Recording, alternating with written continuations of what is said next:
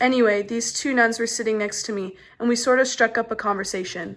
The one right next to me had one of those straw baskets that you see nuns and the Salvation Army babes collecting dough with around Christmas time. You see them standing on corners, especially on Fifth Avenue, in front of the big department stores and all. Anyway, the one sitting next to me dropped hers on the floor, and I reached down and picked it up for her. Are you collecting money for charity? No, I couldn't fit it all in my suitcase. She had a pretty nice smile when she looked at you. She had a big nose, and she had on those glasses with sort of iron rims that aren't too attractive, but she had a hella kind face. I thought if you were taking a collection, I can make a small contribution. You could keep the money for when you do take up a collection. Oh, how kind of you. And the other one, her friend, looked over at me.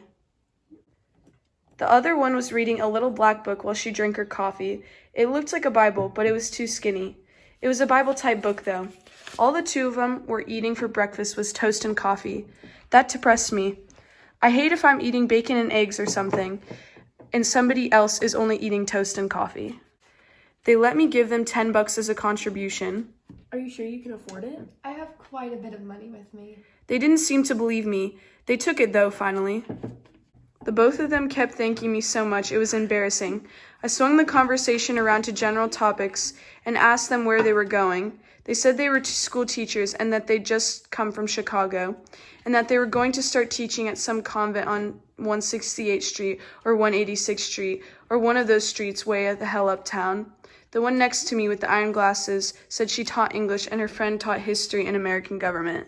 Then I started wondering like a bastard what the one sitting next to me that taught English thought about being a nun and all when she read certain books for English.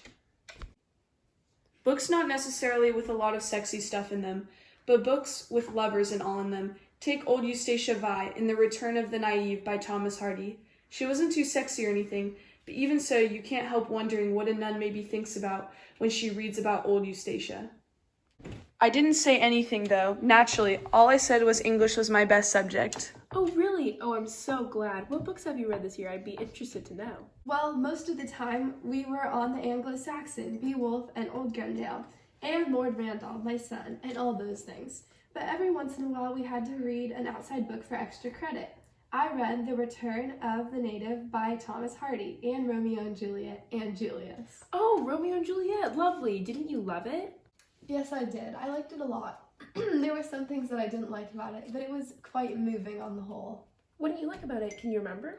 To tell you the truth, it was sort of embarrassing, in a way, to be talking about Romeo and Juliet with her. I mean, the play gets pretty sexy in some parts, and she was a nun and all, but she asked me, so I discussed it with her for a while. Well, I'm not too crazy about Romeo and Juliet. I mean, I like them, but I don't know. They get pretty annoying sometimes. I mean, I felt so much sorrier when old Mercutio died than when Romeo and Juliet did. Because I never liked Romeo too much after Mercutio got stabbed by that other man, Juliet's cousin. What's his name? Tybalt. That's right, Tybalt. I always forget that guy's name. It was Romeo's fault. I mean, I liked him the best in the play. Old Mercutio, I don't know. All the Montagues and Capulets, they're all right, especially Juliet. But Mercutio, it's hard to explain. He was very smart and entertaining and all. The thing is, it drives me crazy if somebody gets killed, especially somebody very smart and entertaining and all. And it was somebody else's fault. Romeo and Juliet, at least it was their own fault.